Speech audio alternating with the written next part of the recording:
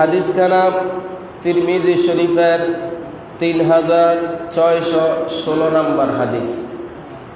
রসুল পাকের প্রিয় সাহাবী হযরতে আব্দুল্লাহ ইবনে আব্বাস রাদিয়াল্লাহু তাআলা আনহু তিনি বর্ণনা করেন যে রসুল পাক সাল্লাল্লাহু আলাইহি সাল্লাম যাইতেছেন, এমন সময় অনেক মানুষ একত্রিত হয়ে বলা বলি করতেছেন, তুমি কি শুনছ আমার আল্লাহ পাক আদম নবীকে আদম ও সফিউল্লাহ বলেছেন। আরেকজন বলতেছে, তুমি কি শুনছ আল্লাহ রব্বুল আলামিন মুসা নবীকে কালিমুল্লাহ বলেছেন। আরেকজন বলতেছে, তুমি কি শুনেছ মহান আল্লাহ পাক বনি ইসরাইলের বড় নবী ঈসা নবীকে রূহুল্লাহ বলেছেন। এইভাবে এক একজন নবীকে আমার আল্লাহ পাক এক একটা মর্যাদা দিয়েছেন। এই কথাগুলা আমার রাসূল পাক শুনেছেন। আল্লাহর হাবিব রাসূল আরবী দু জাহানের বাদশা নবী গমন করে যাইতেছেন, এমন সময় শুনতেছেন সাহাবায়ে কেরাম বলা বলি করতেছেন, ওগো শুনছ মহান আল্লাহ পাক আদম নবীকে সফিউল্লাহ বলেছেন। আরেকজন বলতেছেন, ওগো আপনি কি শুনেছেন আমার আল্লাহ রব্বুল আলামিন মুসা নবীকে কালিমুল্লাহ বলেছেন। আরেকজন বলতেছেন, ওগো আপনি কি শুনেছেন আমার আল্লাহ রব্বুল আলামিন ইব্রাহিম নবীকে খলিলুল্লাহ বলেছেন। আবার আরেকজন বলতেছেন, ওগো আপনি কি শুনেছেন আমার আল্লাহ রব্বুল আলামিন ঈসা নবীকে রূহুল্লাহ বলেছেন। আল্লাহর হাবিব দু জাহানের বাদশা নবী বলেন, ও আমার সাহাবায়ে কেরাম, তোমরা কি শুনো না? তোমরা বলা বলি করতেছ আমার আল্লাহ আদম নবীকে সফিউল্লাহ বলেছেন, ঈসা নবীকে রূহুল্লাহ বলেছেন, মুসা নবীকে কালিমুল্লাহ বলেছেন, ইব্রাহিম নবীকে খলিলুল্লাহ বলেছেন। আর তোমরা কি কথা জানো না মহান রব্বুল আলামিন আমি নবীকে বলেছেন ওয়া আনা হাবিবুল্লাহ, আমি মদিনার রাসূলকে আল্লাহ পাকের দোস্ত হিসাবে ডাক দিয়েছেন। জোরে বলুন সুবহানাল্লাহ। এক এক নবীকে আমার আল্লাহ পাক এক এক মর্যাদা দিয়ে এক একটা নাম দিয়ে ডাক দিয়েছেন। কিন্তু আমার রাসূল পাক বলেন, তোমরা খলিল শব্দ শুনে আশ্চর্য হয়েছ, কালিমুল্লাহ শুনে আশ্চর্য হয়েছ, রূহুল্লাহ শুনে আশ্চর্য হয়েছ,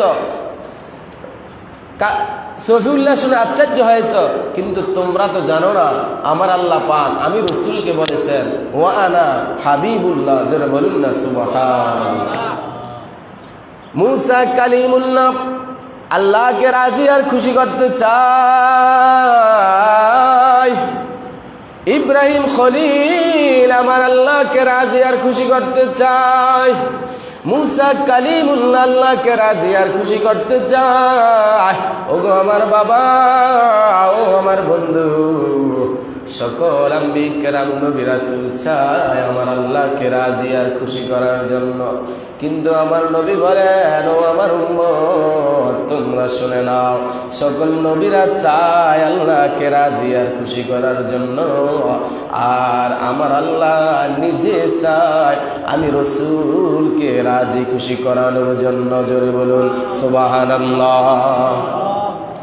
সেই মায়ার নবী বলেন, হাসরের ময়দান কায়েম হয়ে যাবে, মানুষ নিজেরা নিজেদের গ্রামের মধ্যে সাঁতার কাটবে, মানুষ নাফসি নাফসি করে দৌড়াইতে থাকবে। عن عباس رضي الله تعالى عنه قال جلس ناس من أصحاب رسول الله صلى الله عليه وسلم ينتظرونه فخرج حتى إذا دنا منهم سمعهم يتناكرون فسمع حديثهم فقال بعضهم عجبا إن الله اتخذ من خلقه خليلا اتخذ من إبراهيم خليلا وقال آخر ماذا بأعجبك من كلام موسى كلمه تكليما وقال آخر فعيسى كلمة الله وروحه وقال آخر آدم اصطفاه الله فخرج عليهم فسلم وقال قد سمعت كلامكم وعجبكم إن إبراهيم خليل الله وهو كذلك وموسى نجي الله وهو كذلك وعيسى روح الله وكلماته وهو كذلك وآدم اصطفاه الله وهو كذلك আল্লাহর নবী বলেন আদম নবীকে সফিউল্লাহ বলেছেন, মুসা নবীকে কালিমুল্লাহ বলেছেন, ঈসা নবীকে রূহুল্লাহ বলেছেন, মুসা নবীকে কালিমুল্লাহ বলেছেন, ইব্রাহিম নবীকে খলিলুল্লাহ বলেছেন। এমন করে এক একটা নবীকে আমার আল্লাহ এক একটা শান মান আর মর্যাদা লকব দিয়ে ডাক দিয়েছেন। ও আমার সাহাবে কেরাম, তোমরা আমার মর্যাদা সম্পর্কে আর কি জানো, আমি তোমাদেরকে আর কি বলবো। আদম থেকে শুরু করে ঈসা নবী পর্যন্ত সবাই চায় আল্লাহকে রাজি আর খুশি করার জন্য, আর আমার আল্লাহ পাক নিজেই সদা সর্বদা চায় আমি মদিনার রাসূলকে রাজি খুশি করার জন্য। জোরে বলুন সুবহানাল্লাহ। হাশরের ময়দানে মানুষ পেরেশানির মধ্যে পড়ে যাবি, মানুষ দৌড়াইতে থাকবি, সর্বপ্রথম আদম নবীর কাছে যাবি, যাইয়া বলবে ওগো আদম সফিউল্লাহ, আমরা তো আপনার সন্তান, আজকের এই হাশরের ময়দানের 12 সূর্যের তাপ আমরা সহ্য করতে পারি না, ওগো আদম নবী আপনি আমাদের জন্য একটু সাহায্য করেন। ওই দিন আদম নবী বলবেন লাস্তুলাহা, আজকে আমার তোমাদের জন্য কোনো কিছু করার নাই, তোমরা চলে যাও মুসা নবীর কাছে, কারণ তিনি আমার আল্লাহ পাকের সঙ্গে কথা বলেছেন। ওয়া কাল্লামাল্লাহু মুসা তাকলিমা, তোমরা চলে যাও মুসা নবীর কাছে, তিনি আল্লাহ পাকের সঙ্গে কথা বলেছেন। মানুষ গ্রামের মধ্যে সাঁতার কাটে কাটে কাটে মুসা নবীর কাছে যাইয়া একটু সাহায্যের কথা যখন বলবে, ওই দিন মুসা নবী বলবেন লাস্তুলাহা, আজকের এই হাশরের ময়দানে তোমাদের জন্য আমার কোনো কিছু করার নাই, তোমরা চলে যাও ইব্রাহিম নবীর কাছে, মিল্লাত আবিকুম ইব্রাহিম, তিনি মুসলিম মিল্লাতের পিতা। মানুষগুলা দৌড়াইয়া কে কার আগে যাবে, কে কার আগে যাবে, কে কার আগে যাবে, প্রতিযোগিতামূলক দৌড়াইয়া ইব্রাহিম নবীর কাছে যাইয়া বলবেন আপনি তো আদি পিতা, আপনি আদি পিতা, আজকে 12 সূর্যের তাপ আমরা সহ্য করতে পারি না, আজকে আপনি আমাদের জন্য আল্লাহর কাছে একটু প্রার্থনা করেন। ওই দিন ইব্রাহিম নবী বলবেন লাস্তুলাহা, তোমাদের জন্য আমার কোনো কিছু করার নাই, তোমরা চলে যাও সুলাইমান নবীর কাছে। সুলাইমান নবী বলবেন তোমাদের জন্য আমার কোনো কিছু করার নাই। ইব্রাহিম নবী বলবেন তোমাদের জন্য আমার কিছু কোনো করার নাই। আইয়ুব নবী বলবেন কোনো কিছু করার নাই। ইসহাক নবী বলবেন কোনো কিছু করার নাই। ইয়াকুব নবী বলবেন কোনো কিছু করার নাই। শীষ পয়গম্বর বলবেন কোনো কিছু করার নাই। দাউদ নবী বলবেন কোনো কিছু করার নাই। সুলাইমান নবী, এইভাবে আদম নবী থেকে শুরু করে বন্ধু, আদম নবী থেকে শুরু করে ঈসা নবী পর্যন্ত কোন নবী ওই দিন আমাদের জন্য কোনো কিছু করবে না। সবাই বলবেন লাস্তুলাহা, আজকের এই হাশরের ময়দানে তোমাদের উপকার করার জন্য আমরা উপযুক্ত নই, আমরা কোনো কিছু করতে পারবো না। কিন্তু ঈসা নবী ডাক দিয়ে বলবে আজকে যিনি তোমাদেরকে হাশরের ময়দানে সাহায্য করবেন, আল্লাহর কাছে প্রার্থনা করবেন, ওই যে দেখা যায় মাকামে মাহমুদ একটি নূরের সিংহাসন, ওই সিংহাসনের কাছে যাইয়া তোমরা দেখবা একজন নূরের নবী তার স্যার মুবারক জমিনের মধ্যে লাগাইয়া রব্বি হাবিলি উম্মতি, রব্বি হাবিলি উম্মতি বলে কাঁদতেছে। ওই নবীজির কাছে তোমরা চলে যাও। আমরা যখন ওই নবীজির কাছে যাব, যেখানে সবাই বলেছেন লাস্তুলাহা, তোমাদের জন্য কোনো কিছু অরায় নাই, আমরা যখন নবীজির কাছে যাইয়া বলবো ইয়া রাসূলুল্লাহ ইয়া হাবিবাল্লাহ, নবী গো 12 সূর্যের তাপ আর আমরা সহ্য করতে পারি না, আপনি রাসূল আজকে আমাদের জন্য একটু সাহায্য করেন, শাফায়াত করেন। আল্লাহর হাবিব রাসূল আরবি উম্মতের কান্ডারি দু জাহানের বাদশা নবী বলবেন ওগো আমার উম্মত, উম্মত এতক্ষণ সময় পর্যন্ত তোমরা কোথায় ছিলা? আমি তো এতক্ষণ পর্যন্ত আমার স্যার জমিনের মধ্যে লাগাইয়া তোমার আমার উম্মতের জন্যই নবী পাক ওই দিন কাঁদবেন। জোরে বলুন সুবহানাল্লাহ, আরো জোরে বলুন না সুবহানাল্লাহ। আদম নবী স্যালেন্ডার, ইব্রাহিম নবী স্যালেন্ডার, মুসা নবী স্যালেন্ডার, ইসহাক নবী স্যালেন্ডার, ইউসুফ নবী স্যালেন্ডার, ইয়াকুব নবী স্যালেন্ডার, শীষ নবী স্যালেন্ডার, দাউদ নবী স্যালেন্ডার, ঈসা নবী স্যালেন্ডার, মুসা নবী স্যালেন্ডার, আদম নবী স্যালেন্ডার। এইভাবে সব নবীরা যখন ব্যর্থ, আমাদের জন্য কোনো কিছুই করতে পারবে না। ওই দিন হাশরের ময়দানে একজন আমাদের জন্য আল্লাহর কাছে প্রার্থনা করবেন, তিনি হচ্ছেন আল্লাহ পাকের হাবিব, দু জাহানের বাদশা রহমাতুল লিল আলামিন। ওই নবী পাক তার স্যার মুবারক জমিনের মধ্যে লাগাইয়া আল্লাহর কাছে প্রার্থনা করবে। আমার আল্লাহ পাক বলেন, হাবিব ইয়া মুহাম্মাদু ইরফা রাসাকা ওয়াসাল তুতা ওয়াশফা তুশফা। ওগো নবী, আজকের এই হাশরের ময়দান আপনার কাদার জায়গা নয়, আপনি রাসূল স্যার মোবারক তোলেন। আপনি আজকে যার জন্য আমার কাছে প্রার্থনা করবেন, শাফায়াত করবেন, আমি তার শাফায়াত কবুল করে আপনার ওই উম্মতকে বিনা আযাবে বিনা শাস্তিতে জাহান্নাম থেকে মুক্ত করে জান্নাতে পৌঁছায়া দিব। জোরে বলুন সুবহানাল্লাহ, আর জোরে বলুন না সুবহানাল্লাহ। রাসূল পাককে শাফায়াত করার ক্ষমতা দিবেন কে? জবান খুলে বলুন না কে? আদম থেকে শুরু করে ঈসা নবী পর্যন্ত সবাই স্যালেন্ডার। লাস্তুলাহা, তোমাদের জন্য কিচ্ছু করার নাই আমাদের।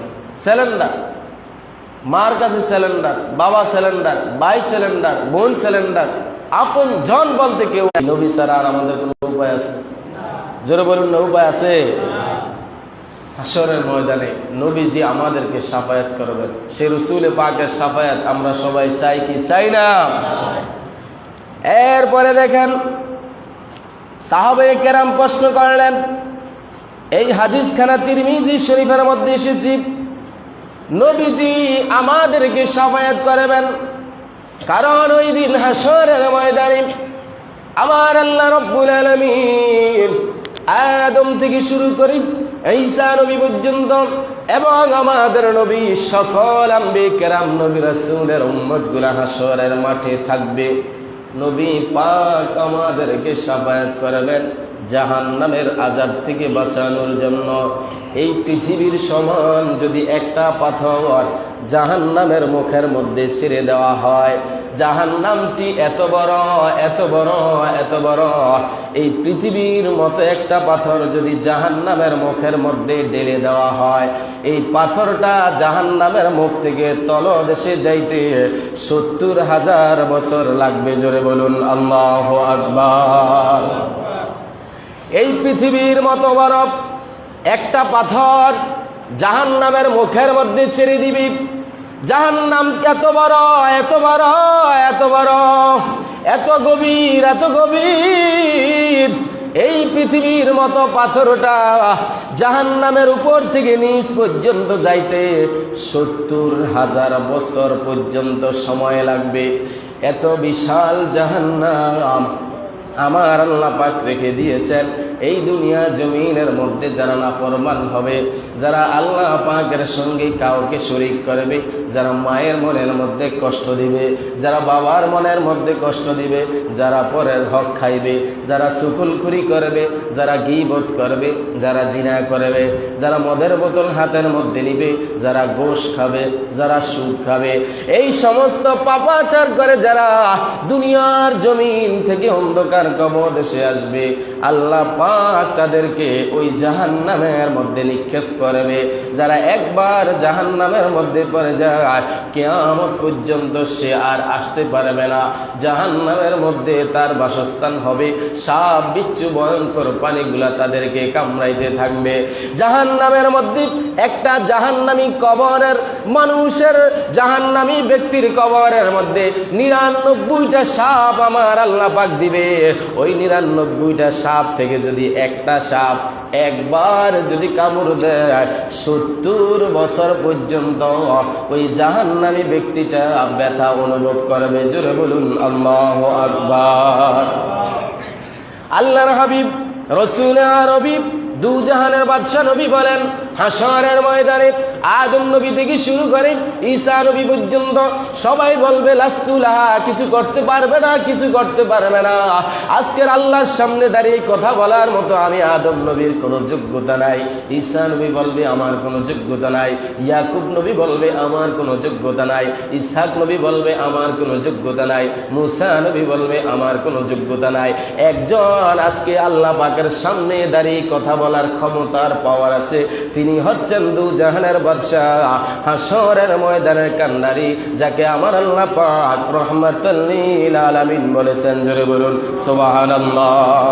সাহাবায়ে কেরাম আরজ করলেন, তিরমিজি শরীফের হাদিস, আনাস ইবনে মালিক আন আবিহি قال سألت النبي صلى الله عليه وسلم أن يشفع لي يوم القيامة يا رسول الله يا حبيب الله। নবী গো, আপনি যে হাসরের ময়দানে আপনার গুনাহগার উম্মতকে আপনি শাফায়াত করবেন, আপনি তো বলেছেন আদম থেকে ঈসা পর্যন্ত কেউ করতে পারবে না, আপনি করবেন। সেখানে তো কোটি কোটি কোটি কোটি উম্মতেরা থাকবে। আদম নবীর উম্মত থাকবে, মুসা নবীর উম্মত থাকবে, ঈসা নবীর উম্মত থাকবে, আপনি রসুলের উম্মতও থাকবে। ইয়া রাসূলুল্লাহ, নবী গো, ওই দিন আমরা শাফায়াত যে আপনি আমাদের জন্য করবেন, আমরা আপনাকে কোথায় তালাশ করব, কোথায় সন্ধান করব, কোথায় গেলে আমরা আপনার রাসূলকে পাবো? আমার নবী বলেন, ফাকালা আনা ফাইলুন, ক্বালা কুনতু ইয়া রাসূলুল্লাহ ফাইনা আতলুবুকা, কোথায় আমরা আপনাকে সন্ধান করব? ক্বালা আতলুবুনি আউয়ালু মা তাতলুবুনি আলা সিরাতি। ও আমার উম্মত, তোমরা শুনে নাও, হাসরের ময়দানে তোমরা সর্বপ্রথম আমি মদিনা রাসূলকে ফুলসেরাতের কিনারায় সন্ধান করবা। ওই ফুলসেরাতের কিনারার মধ্যে দেখবা আমি মদিনা রাসূল এতিমের বেশে দাঁড়িয়ে আছি আমার গুনাহগার উম্মতকে রক্ষা করার জন্য। জোরে বলুন সুবহানাল্লাহ।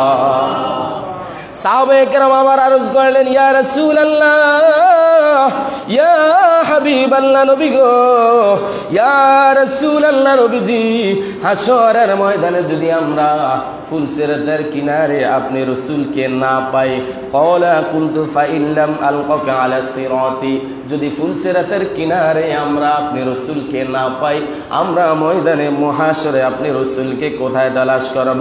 ক্বালা ফাতলুবনি ইনদাল মিজান। আমার নবী বলেন, আমাকে যদি তোমরা ফুলসিরাতের কিনারার মধ্যে না পাও, তাহলে আমাকে তোমরা যেখানে মিজানের পাল্লা কায়েম করা হবে, আমার উম্মতের নেকি আর বদি ওজনকে ওজন করা হবে, যেই জায়গার মধ্যে আমার উম্মতের আমলনামা টানানো হবে, ও আমার উম্মত হাসরের ময়দানে ওই মিজানের পাল্লার কিনারার মধ্যে যাইয়া দাঁড়িয়ে দেখবা আমি মদিনা রাসূল চোখে মোবারকের পানি মোবারক ছেড়ে দাঁড়িয়ে আছি, আমার গুনাহগার উম্মত গুলাকে রক্ষা করে জাহান্নাম থেকে বাঁচাইয়া জান্নাতে পৌঁছানোর জন্য। জোরে বলুন সুবহানাল্লাহ। সাহাবায়ে কেরাম আবার আরজ করলেন, ইয়া রাসূলুল্লাহ, নবী গো, কুনতু ফাইল্লাম আলকাকা ইনদাল মিজান, যদি মিজানের কাছে আপনাকে না পাই, তাহলে আমরা কোথায় তালাশ করব? আমার নবী বলেন, ক্বালা ফাতলুবনি ইনদাল হাউজ, যদি মিজানের কাছেও আমি রাসূলকে তোমরা না পাও, তাহলে হাউজে কাউসারের কিনারায় আমি রাসূলকে তোমরা তালাশ করবা। তোমরা দেখবা ওই দিন আমি মদিনা রাসূল হাউজে কাউসারের কিনারায় পেয়ালা লইয়া দাঁড়িয়ে আছি, আমার গুনাহগার উম্মত গুলাকে আমার হাউজ থেকে কাউসার পান করাইয়া জান্নাতে পৌঁছে দেওয়ার জন্য। জোরে বলুন সুবহানাল্লাহ। সাহাবায়ে কেরাম আমার বললেন, ইয়া রাসূলুল্লাহ, নবী গো, নবী গো, যদি ফুলসিরাতের কিনারে আপনাকে না পাই, আর যদি মিজানের পাল্লার কিনারে আপনাকে না পাই, যদি হাউজে কাউসারের কিনারার মধ্যে আপনি রাসূলকে আমরা না পাই, তাহলে এই 12 সূর্যের তাপ মাথার মধ্যে নিয়ে আমরা আপনি রাসূলকে কোথায় তালাশ করব? আমার নবী বলেন, হে আমার উম্মত, তোমরা শুনে নাও, আকাশ থেকে সিল মুরগির বাচ্চা নেওয়ার জন্য যেইভাবে থাবা মারে, আর মুরগিটা তার পাখাটা মেলে বাচ্চাগুলাকে পাখার নিচে এইভাবে নিয়ে আসে, সিল তখন আর থাবা মারে মুরগিগুলা নিতে পারে না। হাসরের ময়দানে আমি এমন ভাবে দৌড়াদৌড়ি করব, একবার ফুলসিরাতের কিনারার মধ্যে যাব, আবার মিজানের পাল্লার কিনারার মধ্যে যাব, আবার হাউজে কাউসারের কিনারার মধ্যে থাকবো, আবার ফুলসিরাতের কিনারার মধ্যে থাকবো। এইভাবে হাসরের ময়দানে আমার আল্লাহ পাকের সামনে আমি এইভাবে দৌড়াদৌড়ি করব। যাদের অন্তরের মধ্যে কিঞ্চিত পরিমাণ আল্লাহ পাকের প্রতি ঈমান আর আমি নবীর প্রতি মহাব্বত ভালোবাসা থাকবে, ওই সমস্ত একটা উম্মতকেও আমি মদিনা রাসূল জাহান্নামের মধ্যে যাইতে দিব না। জোরে বলুন সুবহানাল্লাহ। আর